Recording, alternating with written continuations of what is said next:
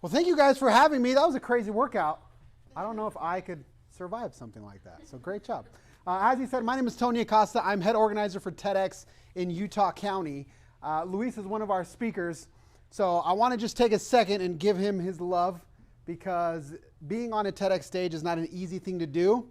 We get thousands of applicants, and we have to narrow it down to 6. And Luis was one of those 6. So if we can give him a round of applause for that. It's no small task. And I just want to take a couple of minutes and talk about our theme. So our theme is a stronger you. And one of the reasons why we chose Luis is because obviously that's what you guys are trying to do here every single day. Become a stronger version of yourselves. And the way that that theme came about was on New Year's Eve. So on New Year's Eve, I'm sitting on my phone, I'm scrolling, and maybe some of you noticed something similar. And what I saw was all these vulnerable posts of people saying how hard 2022 was, how much they got beat up, how much they learned, they just dramatic changes in their lives, and just how difficult it was. And I just saw post after post after post. And the interesting thing was that some of these individuals were successful in other aspects of life. They were very fit, they ran businesses. So under a certain lens, you could say they're very successful. But then come New Year's Eve, and they're sharing, they're being vulnerable and saying, hey, 2022 actually sucked. And hopefully 2023 can be a little bit better. And as I saw that, I just saw it repeating. I thought there's got to be something missing. And as I train speakers, my job is to train speakers to get on stage and speak. And what I've learned is, in many cases when we have trouble in our personal lives, it's because we don't know how to talk. So I have seen the importance of, as I train speakers, a lot of the speakers share experiences from their lives when they didn't know how to talk. So there's a great book that's called Crucial Conversations that I highly recommend everybody reads. And I just want to share a couple of concepts from that hopefully you can take home. My goal today is just simply to create a little bit of awareness in your life, and I am primarily concerned with what happens not while you're here, but once you go home. Because the cool thing about fitness is that it's a tremendous outlet. I love fitness for that reason. My brother's a boxing coach, he's an amateur boxer, I've boxed in the past, and it's a great outlet. How many of you here feel that fitness kind of gives you that release or that outlet? Who can identify with that? Okay, almost everyone. But usually we fail to ask the next question, which is an outlet from what? An escape from what?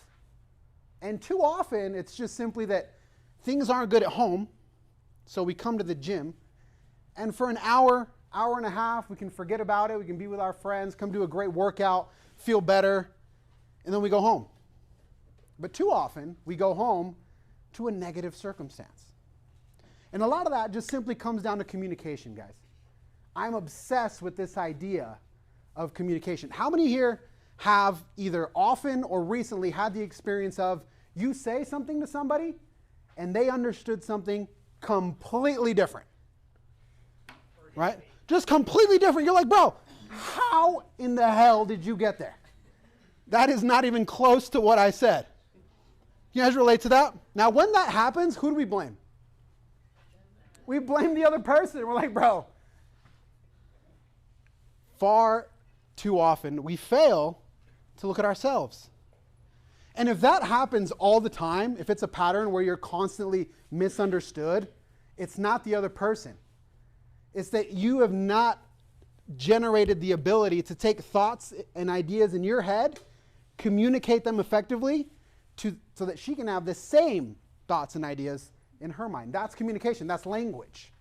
And so I just want to share 3 really quick things that you guys can take home that hopefully can help us have more productive conversations. Because I often say that all of us are 4 to 6 very difficult conversations away from a different level of happiness. I've seen it time and time again. And it's such an important skill set, and we need to nail those conversations, guys. In the same way that when you come here, you know these workouts are going to be painful. You know it's going to hurt. You just know. And you might even be excited that it's going to hurt because you know that the pain brings you a positive result. In the same way, these difficult conversations can do the exact same thing and actually solve some of the things that we are coming here to escape from. And in so doing, you'll be a more well-rounded individual. So 3 quick things that I think can help us have more productive conversations. Number 1 is respect over everything. When you're talking to somebody, be very mindful of how you're speaking to that individual. Fellas, I'm just going to be straight up.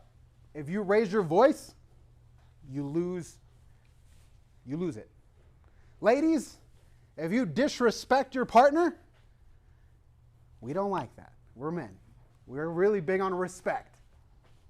But sometimes we do that because we're angry, we're upset, and we don't know how to accurately convey what we're trying to say. So number 1 is when you're having these difficult conversations, when you're arguing with someone, be mindful to not disrespect them. Watch the name calling. It's very different to say, this is bullshit, to say, you're full of shit. 2 different feelings, right? So that's point number 1. Point number 2 is you want to make sure that you stay on topic. This is one of the hardest things to do. Stay on topic when you're arguing with someone, guys, because far too often what will happen is there's a problem, there's an event, something happened, and all of a sudden, as the conversation goes on, you're no longer talking about that thing. You're talking about how the thing was said, the timing of when it was said, and now you're off topic. And it explodes, you go your separate ways, and nothing gets solved. And so I grew up in a very combative household, and so I learned this in the most extreme way possible. My parents are polar opposites. My mom is very loud. Loud, curse words, throw stuff at you. Who has a parent like that? My dad is a complete opposite. Quiet, doesn't engage, shuts down, doesn't want to talk about it at all. Who has a parent like that? All right? Maybe you guys can relate. I had both in the same household. And my parents never, ever, ever developed that ability to talk to each other. They talked to each other through me, because I'm the oldest of 4. So my mom would scream, go away, talk to me and say, hey, tell your dad this. So I'd go over here. And I'd tell my dad, and he'd give his response, tell your mom that. So it's completely different. And to this day, they do not have the ability to communicate with each other. They just don't. They don't know how to do that. And it's heartbreaking because sometimes, guys, the issue is not so extreme. It can be sometimes, but often it's small things. And we just don't know how to communicate it. And we're constantly misunderstood. Or we feel that every time I bring something up, my partner's going to yell at me. Or they're going to go off. So I'd rather just not say anything. And when you don't say anything, it boils up until it explodes and you're out. And so for me, it's heartbreaking that people can reach success in so many different aspects of life, but then we fail at home. And so we need to learn that skill. It's not a skill that I can teach you in 15 minutes or in 20 minutes. But we need to nail those conversations, guys.